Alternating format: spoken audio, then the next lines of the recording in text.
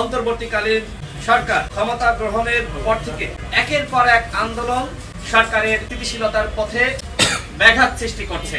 তারই ধারাবাহিকতায় গত 5 ফেব্রুয়ারি দেশের বিভিন্ন স্থানে বুলডোজার দিয়ে ধানমন্ডি 32 সহ সারা দেশের বিভিন্ন জায়গায় বাড়িঘরে অগ্নিসংযোগ এবং ভাঙচুর চালানো হয়েছে। যেখানে ভাঙচুর চালানো হয়েছে সেখানে কোনো আওয়ামী লীগ নাই। নোয়াখালীতে ওবায়দুল কাদেরের বাড়িতে ওবায়দুল কাদের নাই। ধানমন্ডি 32-এ শেখ হাসিনা নাই। এবং যে সকল স্থাপনায় বা বাড়িতে হামলা চালানো হয়েছে, ভাঙচুর করা হয়েছে, সেখানে কোনো আওয়ামী লীগের অস্তিত্ব নাই।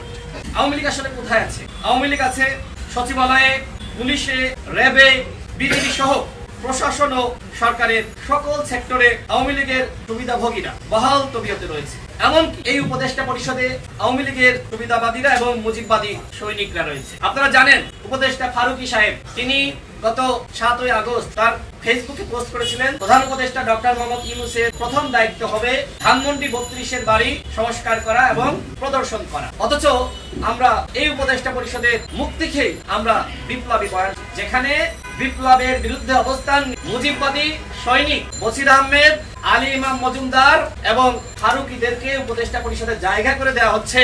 অন্যদিকে মুজিববাদের বিরুদ্ধে ব্যাপক বয়ান তৈরি করা হচ্ছে। এটা আসলে কিসের নমুনা? গণঅভ্যুত্থানের 6 মাস পরেও সরকার ও আইন শৃঙ্খলা রক্ষাকারী বাহিনীর উপস্থিতিতে এই ধরনের ঘটনা সরকারের দুর্বলতার বহিঃপ্রকাশ।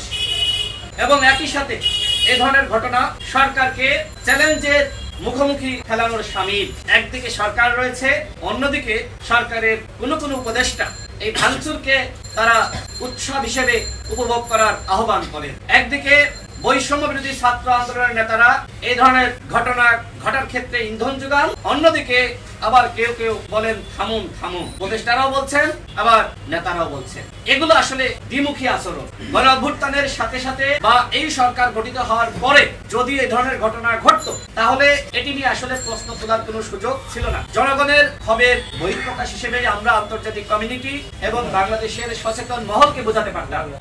কিন্তু যেহেতু সরকার গঠিত হওয়ার 6 মাস পরে এই ধরনের ঘটনা সরকারের একটি পক্ষের প্রত্যক্ষ ইন্ধনে ঘটেছে, এই ঘটনা আমরা মনে করি সরকারের স্থিতিশীলতা নষ্ট করবে এবং একই সাথে নানান ধরনের ষড়যন্ত্র কিন্তু আমরা দেখবো যে উস্কে যাচ্ছে। অনেকে উস্কানি দেওয়ার সুযোগ পান। প্রিয় সাংবাদিক ভাইরা, এতে প্রমাণিত হয় যে হয় সরকারের প্রত্যক্ষ ইন্ধন বা সহযোগিতায় এসব ঘটনা সংঘটিত হয়েছে, অথবা সরকার এসব নিয়ন্ত্রণ করতে পুরোপুরি ব্যর্থতার পরিচয় দিয়েছে। জনগণের মনে প্রশ্ন, সিটি কর্পোরেশন বা সরকারি বুলডোজার কারা সরবরাহ করলো? এই ঘটনার কারণে বাংলাদেশ সম্পর্কে আন্তর্জাতিক মহলের কাছে খুবই উদ্বেগমূলক এবং নেতিবাচক বার্তা গেছে। এক, ডক্টর মোহাম্মদ ইউনূসের নেতৃত্বে গঠিত সরকার এখনো বাংলাদেশকে স্থিতিশীল করতে পারে নাই। বিদেশি বিনিয়োগ আসার সম্ভাবনা বন্ধ হয়ে গেছে। গার্মেন্টস সহ বিভিন্ন পণ্যের রপ্তানিতে বিদেশি ক্রেতার সংকট সৃষ্টি হবে।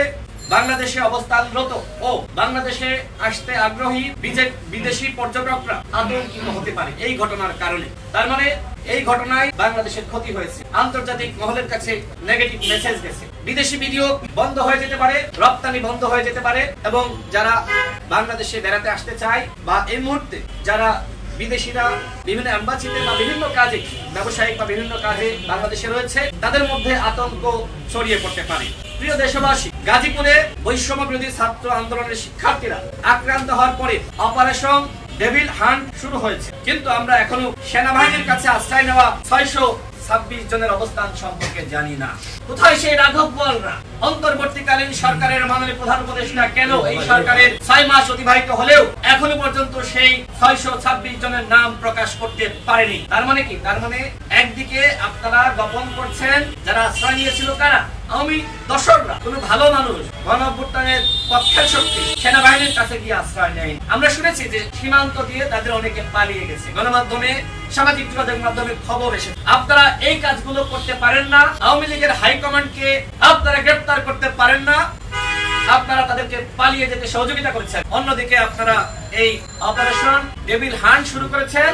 সমস্ত শেখ পরিবারের সুবিধাভোগী, শেখ পরিবারের সদস্যরা, আওয়ামী লীগের হাইকমান্ডের সদস্যরা পালিয়ে যাওয়ার পরে। তার মানে কি? তার মানে ডেভিল পালিয়ে যাওয়ার পরে আপনারা হান্ট, এটা আসলে নাটক, জনগণকে আইওয়াশ করে। প্রিয় সাংবাদিক ভাইরা, অন্তর্বর্তীকালীন সরকার কি এসব ঘটনায় বা যারা পালিয়ে গেছে সেই বিষয়ে কোনো তদন্ত কমিটি গঠন করেছে? না করার রহস্য সম্পর্কে আমরা জানতে চাই।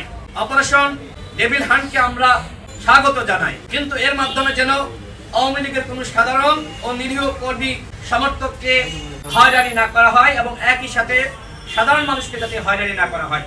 শুধুমাত্র আওয়ামী লীগের অপরাধীরাই যেন অপারেশন ডেভিল হান্টের শিকার হয়, অন্যথায় গণগ্রেপ্তার ও গণহয়রানি শুরু হলে সমাজ ও রাষ্ট্র ব্যবস্থা ভেঙে পড়বে। এই সুযোগে মামলাবাজি ও মানবাধিকার লঙ্ঘনের ঘটনা ঘটতে পারে। প্রিয় সাংবাদিক ভাইরা, প্রিয় দেশবাসী, অন্তর্বর্তীকালীন সরকারের 6 মাস অতিবাহিত হলেও এখনো পর্যন্ত আইন শৃঙ্খলা পরিস্থিতি, দ্রব্যমূল্য নিয়ন্ত্রণে আসেনি। এই সরকার সিন্ডিকেট ভাঙতে পারেনি, বরং শতাধিক পণ্যের উপর ভ্যাট ট্যাক্স বাড়িয়ে জনগণের পেটে অন্তর্বর্তীকালীন সরকার লাথি মেরেছে।